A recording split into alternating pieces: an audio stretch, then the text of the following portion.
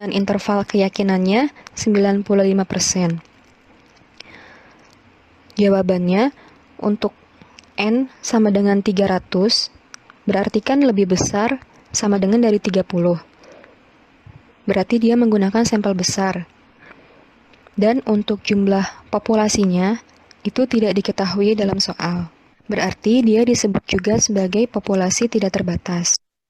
Deviasi relatif alfa per 2 sama dengan 1 min alfa per 2 sama dengan 0,95 per 2 sama dengan 0,4750. Nah, dalam tabel distribusi kurva normal bisa dilihat angkanya yaitu 1,96. Bisa juga dicari dengan rumus sebagai berikut. Di situ tertera rumusnya adalah untuk mencari deviasi relatif alfa per 2, yaitu 1 min alfa per 2. Di sini bisa kita asumsikan dengan 100% dikurang 95%, sama dengan 5%. Nah, 5% jika dijadikan ke desimal menjadi 0,05. Kemudian, tinggal dimasukin ke rumus 1 min alfa per 2. Berarti 1 dikurang 0,05 sama dengan 0,95. Kemudian 0,95 dibagi 2 sama dengan 1,96. Nah, hasil tersebut 1,96 itu sudah ada di dalam tabel distribusi kurva normal. Kemudian, setelah ketemu nilai deviasi relatif,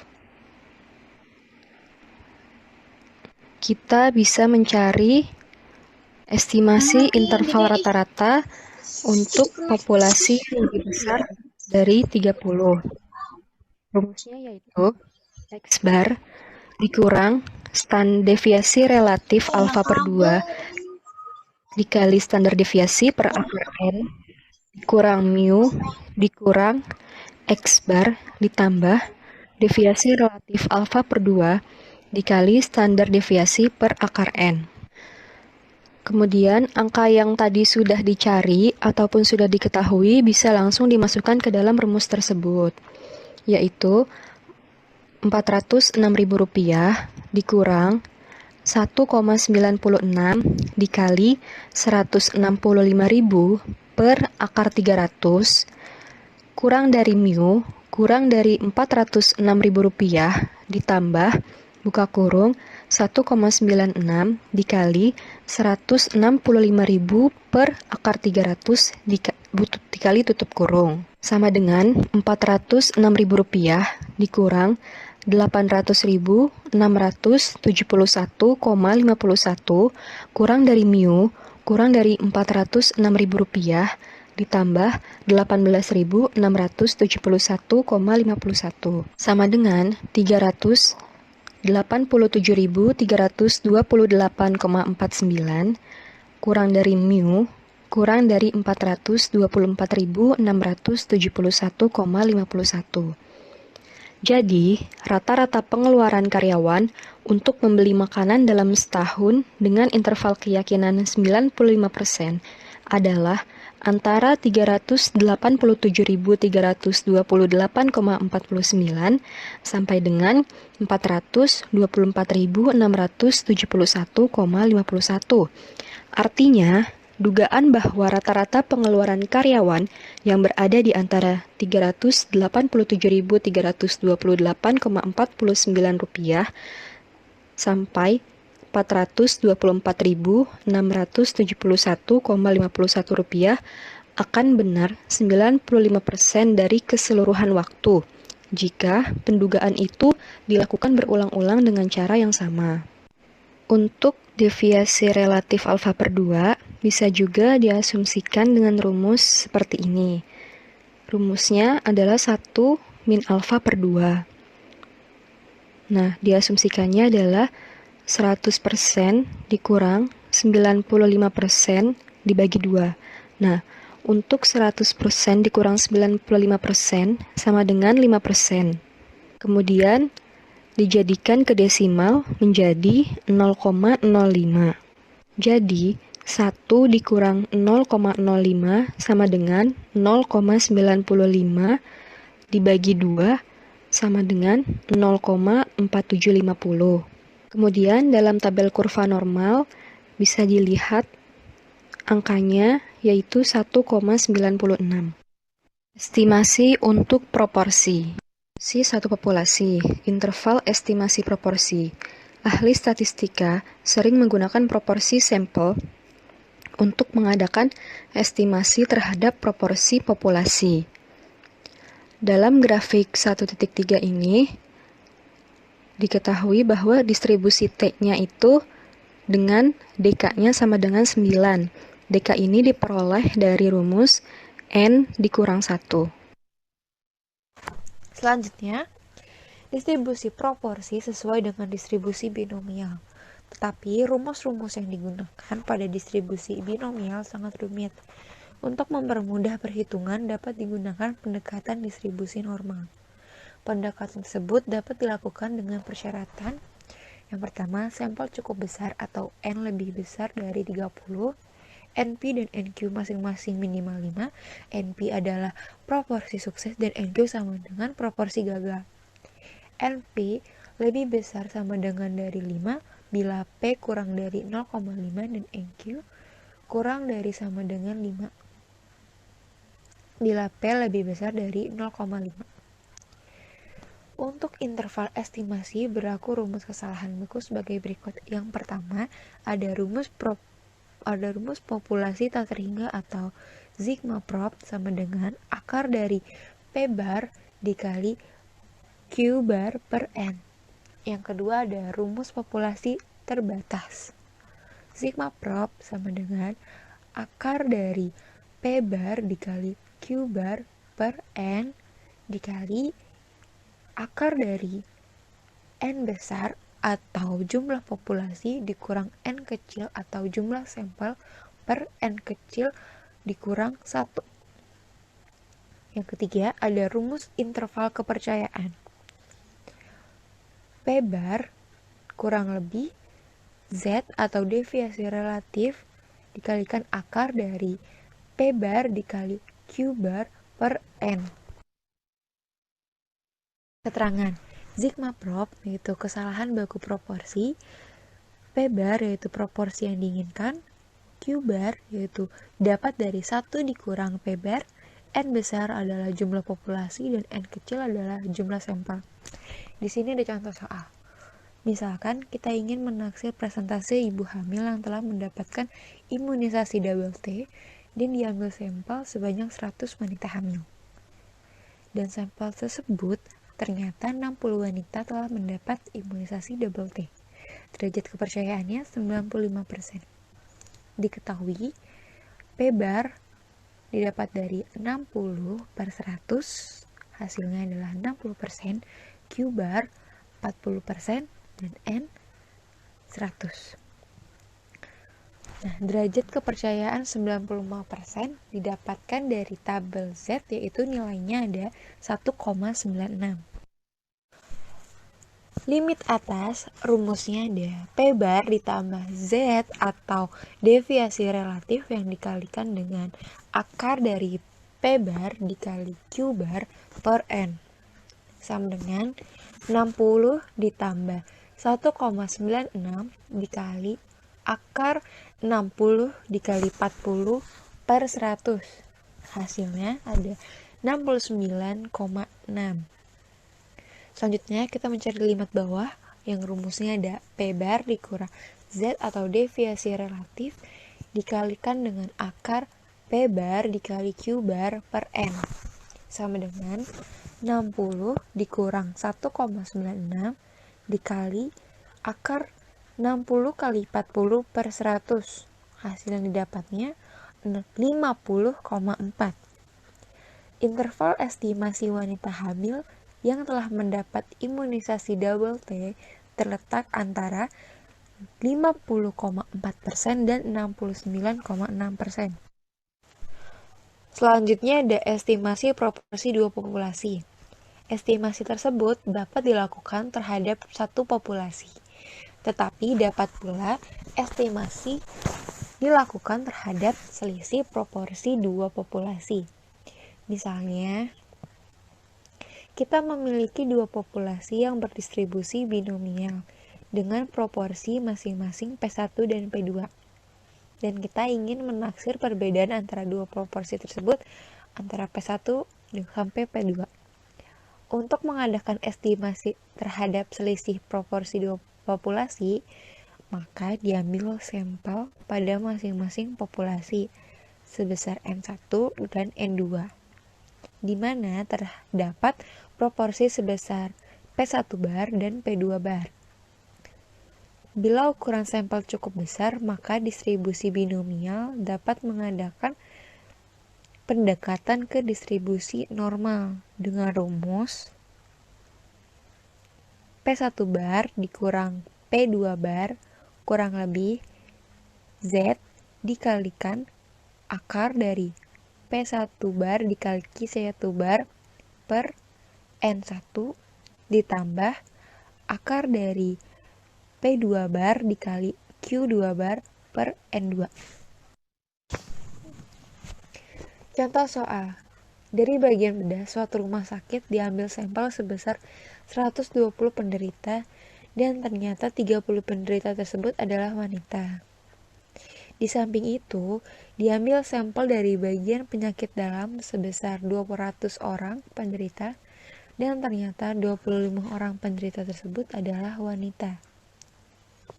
Kita ingin menaksir selisih proporsi penderita wanita antara bagian bedah dan bagian penyakit dalam pada derajat kepercayaan 90%. Nah, derajat kepercayaan 90% pada nilai Z yaitu didapat di tabel Z ini ada nilainya 1,64. Penyelesaiannya diketahui P1 bar sama dengan 0,25 itu didapat dari 30 dibagi 120. Ada Q1 bar itu dari 1 dikurang P1 bar sama dengan 0,75. P2 bar di hasilnya ada 0,125 dan Q2 bar hasilnya 0,875.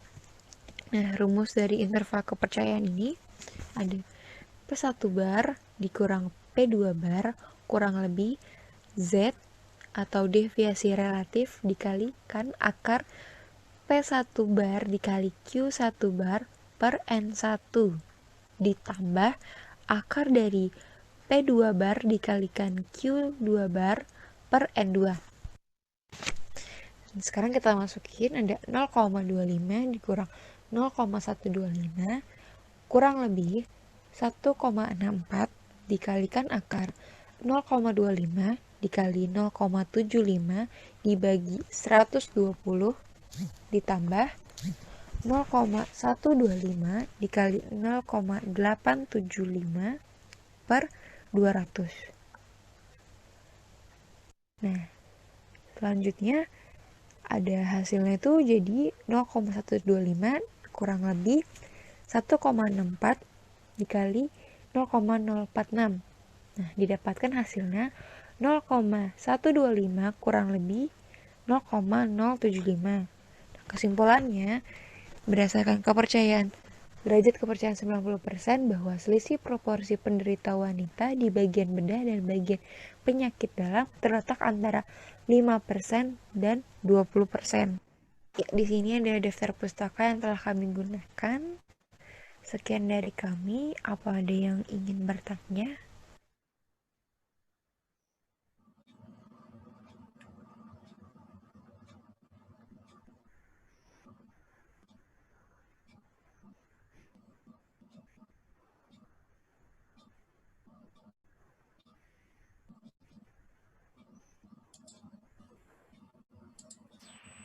Oke.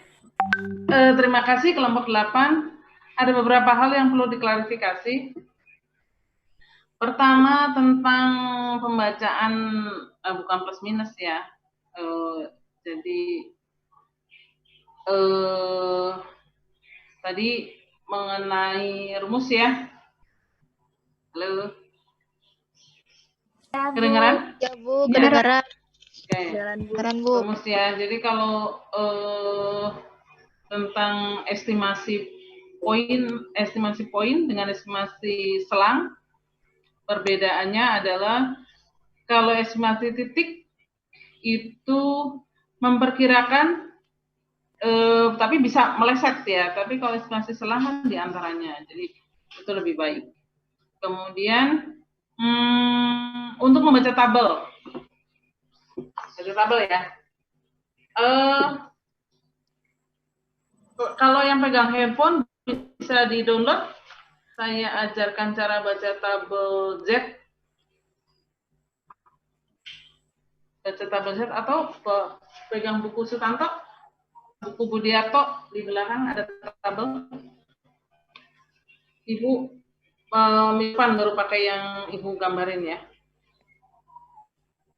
Soalnya nggak pakai touchscreen laptopnya, jadi nggak bisa langsung gambarin. Bisa nih. Di sini. Ya udah, nanti aja ya. Jadi sekarang coba dibuka, sudah? Kenapa tadi gambarnya dari setengah ya?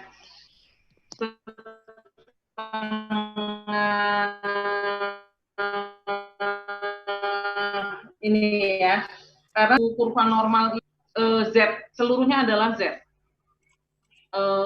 Tapi karena kita Z setengah alfa, maka kenapa tadi dibacanya, kenapa dapat 1,96? Jadi dibuka tabel distribusi normal, standar, sudah? Sudah buka? Sudah, Bu. Ya, oke. Nah, karena pakai setengah, maka jadinya 9, pakainya kan 95% ya, 95% dibagi 2. Dicarinya 0,4750 itu di dalam ruangnya, di dalamnya sini ya, di dalam sininya 4750-nya. Jadi dicari 4750 ya, ada ya angka 4750 ya.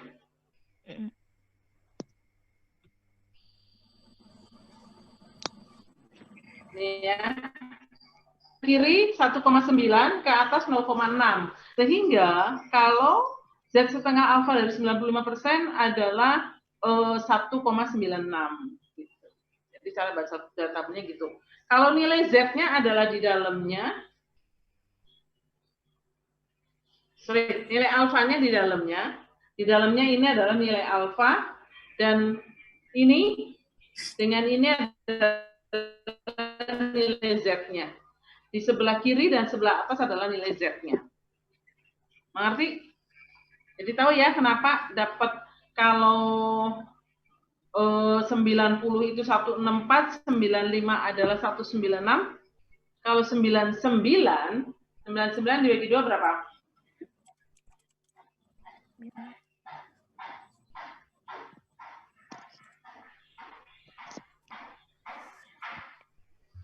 Dibagi 2 berapa? 2,58.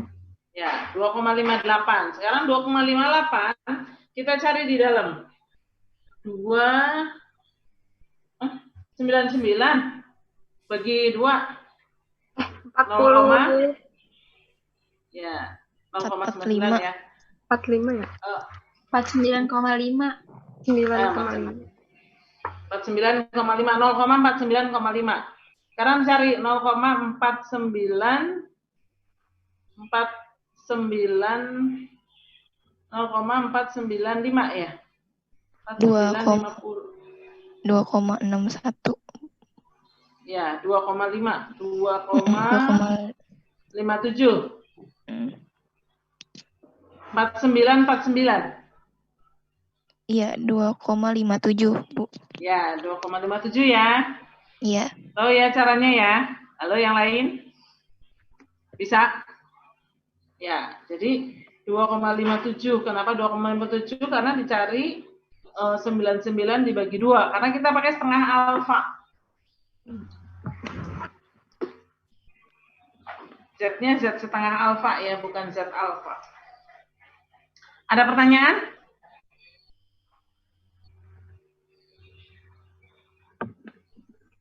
Silakan, ada pertanyaan?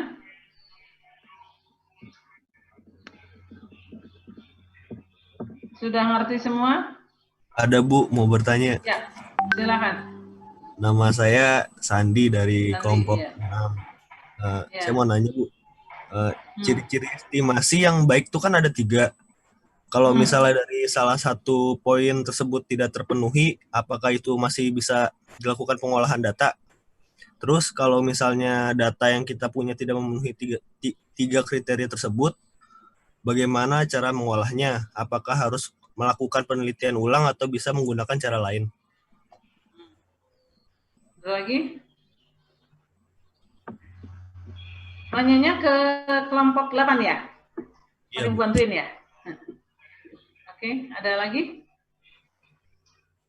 Nanti dibantuin, Bella. Tenang. Ada lagi yang mau tanya?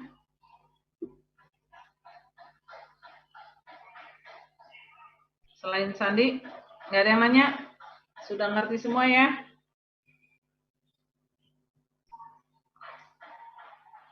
Oke, silakan. Yang mau jawab? Abi, Bella, atau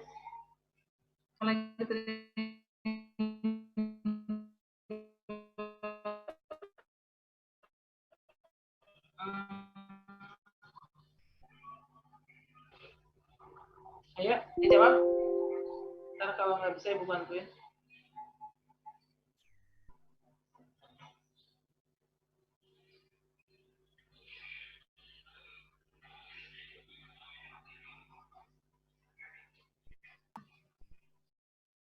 Mau coba menjawab.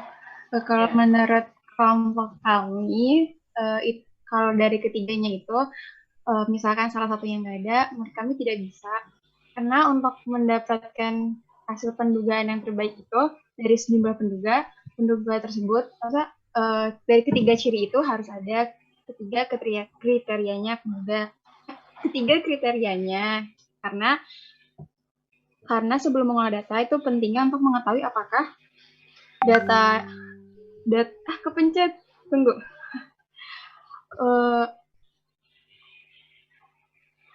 Pentingnya mengetahui apakah data yang kita teliti ini udah memenuhi 3 sifat estimator yang baik atau belum. Nah, dengan cara mengetahui dari data-data kita itu, untuk mengetahui nilai harapannya sesuai nggak dengan sifat tidak bias, untuk ukuran sampelnya sama nggak kayak sesuai untuk efisiensi, mengetahui batas-batas probabilitas dan ketidaksamaannya untuk konsistensi. Nah, tapi untuk cara bagaimana pengukurannya, kalau misalkan dari salah satu itu tidak ada, kita belum mengetahuinya. Ada yang mau nambahin? Ada yang nambahin dari Abi?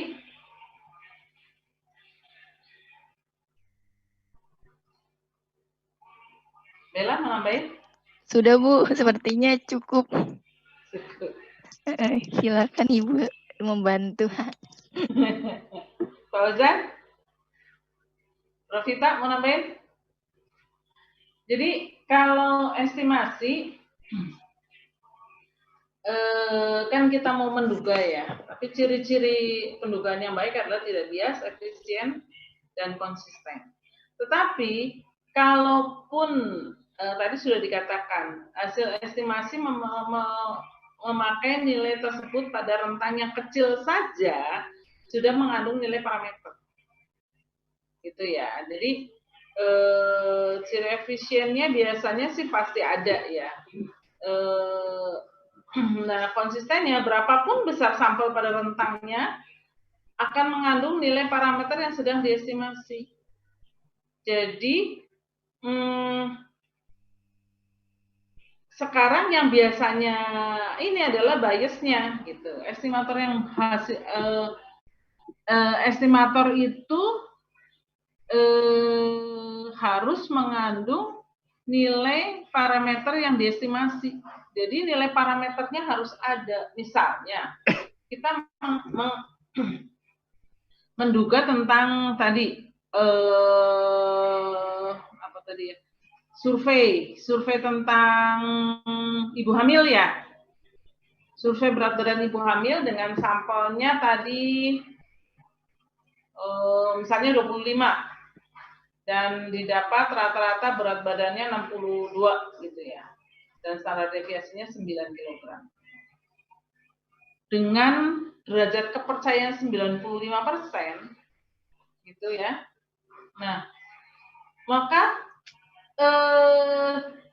nilai tersebut ada di dalam rentang itu, rentang estimasinya. Jadi kalau misalnya nggak ada bagaimana? Kita coba hitung dulu, dihitung nilai estimasinya seperti apa. Misalnya gini, mu-nya kan tadi 62. Kemudian begitu dihitung adalah antara 58,3 sampai 65,7 kg berat badan ibu hamilnya.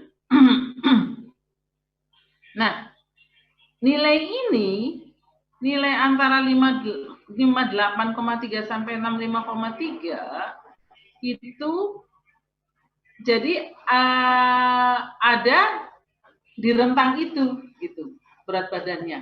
Nah, nilai 62 itu ada di dalam rentang tersebut. Gitu. Jadi, jangan sampai nilainya tidak ada di rentang tersebut. Itu yang tidak boleh. Jadi bias. Karena nilainya ternyata terlalu lebar, standar deviasinya terlalu besar. Biasanya akibat dari itu. Standar deviasinya terlalu besar sehingga rentangnya terlalu lebar. Itu yang menyebabkan bias. Tapi kalau standar deviasinya masih nggak terlalu lebar, biasanya tidak akan menimbulkan bias. Bias itu terjadi karena standar deviasinya terlalu besar. Biasanya terjadi karena datanya tidak normal. Gitu. Kalau estimasi kan estimasi tadi ada dua ya.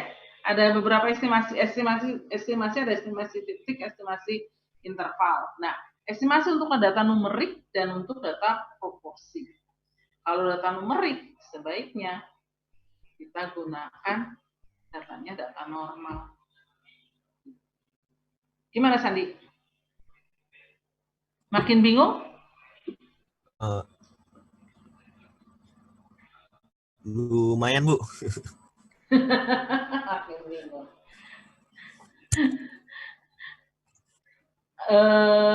Bingung di mananya Sandi?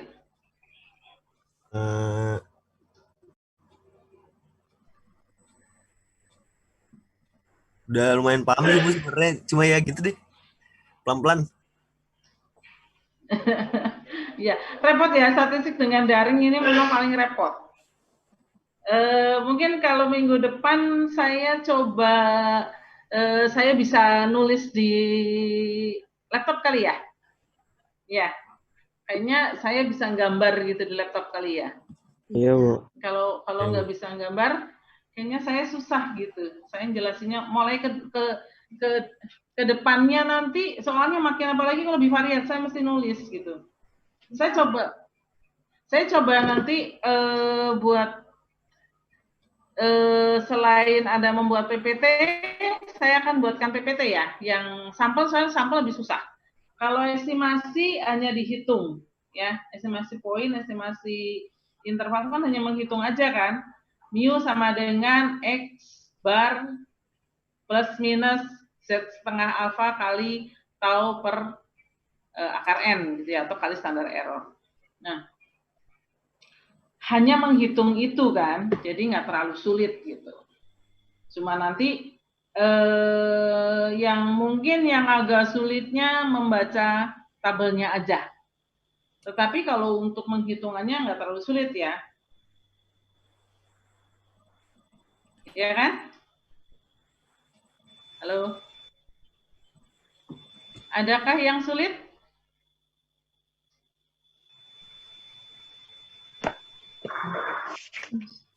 Kayaknya enggak ya? Enggak ya, enggak sulit ya. Untuk sampel yang agak sulit itu sampel. Nanti sampel saya coba buatkan PPT dulu. Saya buat PPT, saya kirim juga. Gitu. Anda pelajarin dulu. Nanti kita diskusi aja kali sistemnya ya, jangan presentasi lagi kali ya. Gimana? Saya buatkan PPT. Anda pelajarin. Saya coba pakai suara, jadi Anda pelajarin. Pas kuliah kita diskusi. Saya usahakan yang pakai saya bisa menulis deh, ya. Saya bisa menulis.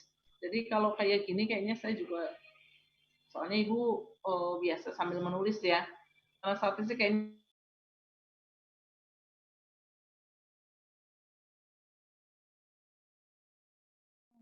pakai tangan, saya ngoreksi ini udah setengah mati. Karena tulisannya banyak nggak jelas. Ya. Melihat tulisan ceker bebek kami Bu. Iya, jadi Mantap, Bu. Usahakan ini kelihatannya ada di beberapa mata kuliah juga kalau waktu kan pakai online, kalau waktunya 30 menit ya 30 menit limitnya. Kalau Anda lebih pasti nggak akan masuk. Gitu ya. Ya Bu, kalau siap. Ini sih rasanya nggak ada yang komplain. Yang kemarin tingkat 2 tuh yang banyak yang komplain karena begitu lebih sudah tidak bisa masuk lagi. Jadi usahakan jangan lebih waktunya, begitu sudah ya mulai selesai ya di submit aja. Waktunya sudah habis daripada nggak bisa submit sama sekali kan sayang. Gitu ya. Terus karena ada yang dibuat otomatis, kalau dibuat otomatis sudah hilang ya, nggak ada toleransi waktu. Kelar sudah. Iya, makanya. Gimana kalian dengan daring? Susah, Bu. Bosan. Banyak tugas? Bosan, Bu. Susah nangkepnya. Bosan? Susah nangkepnya, Bu. Nangkepnya. Enak. Pemahamannya sulit, Bu. Harus berkali-kali dulu. Terus kadang kepotong waktu gitu kan, Bu. Jadinya kayak nggak sempurna gitu. Itu benar diskusi itu. Kalau di sini kayak gini, statistik kalian boleh diskusi di grup. Di grup, kalau misalnya ada kesulitan silahkan WA di grup aja. WA di grup kelas, di grup ini, di grup apa? Di grup kuliah kan bisa ada, ya kan ada Bu Catur, ada saya. Nanti misalnya saya nggak jawab, bisa jawab, mungkin Bu Catur bisa jawab. Oke Bu, ya. Siap. Biar jangan sampai terus materinya tidak tersampaikan gitu. Mungkin untuk yang besok sampel karena memang rada sulit, saya akan coba kan tadi katanya materinya nggak bisa dapat terlalu banyak ya, yang kelompok 8 kelompok berapa? Nanti 8 ya? Ini kelompok 9 kan? Abi kelompok berapa? 9. Ini kelompok 8 Bu. 8 Bu. Kalau sampel kelompok berapa? Sampel belum Bu, kemarin belum dikocok. Belum dikocok. Oh ya. Oh yang kelas tadi ya, yang sulit dapat materinya katanya. Oke, nanti saya coba buatin PPT-nya. Kalau ini PPT-nya sudah bagus, bisa jadikan saya nggak ngasih materi lagi karena PPT-nya sudah lengkap, hampir sama dengan PPT saya, jadi saya nggak perlu buat lagi ya. Saya materi ini saya nggak kasih PPT ya. Ya, Bu. Estimasi. Tapi kalau sampel nanti saya buatin PPT. Itu ya. Kalau saya lupa. Tapi kenapa? Yang sampel minggu depan tetap kelompok presentasi dulu, Bu. Coba nanti saya pikirin deh. Mungkin kalau kayaknya sampel mendingan diskusi aja kali ya. Oke, Bu, siap. Ya. Boleh nggak Kamis sampel? Karena Senin Kamis saya harus ke kantor. Kalau di kantor, di ruangan saya tuh internetnya kurang bagus, jadi putus-putus gitu. Boleh nggak kita nggak hari Kamis? Ada jam kosong nggak? Kosong. Terus gimana? Kosong Jumat doang ya? Jumat jam? Sejauh ini sih belum ada lagi, Bu. Ya, Bu, sejauh ini belum ada materi ini. Ya, silakan. Anda diskusi mau jam berapa? kan ada yang masih ada Jumatan ya, jangan kepotong Jumatan gitu misalnya, atau jam 9 gitu. Soalnya kalau di Senin Kamis saya harus ke kantor. Oh, siap Bu, siap. Nanti didiskusikan. Ya, silakan didiskusikan. Terima kasih atas kerjasamanya, atas kesediaan Anda untuk kuliah daring. Saya akhiri. Wassalamualaikum warahmatullahi wabarakatuh. Terima kasih, Bu. kelompok 8. Warahmatullahi wabarakatuh. Terima kasih, Bu. Terima kasih kelompok 8 ya. Makasih juga, Bu Terima kasih Enda. juga. Ibu kangen juga sama kalian. Kangen. Iya, lama ya. Kangen buaya kolbu, Bu. Oh ya, buayanya belum jalan-jalan. Masih ada buayanya. Kalau Ibu Senin Kamis datang ke kampus. Ya. Jagain buaya buat kalian. Oke, assalamualaikum. Terus ya. Dadah. Waalaikumsalam. Terima kasih, Bu.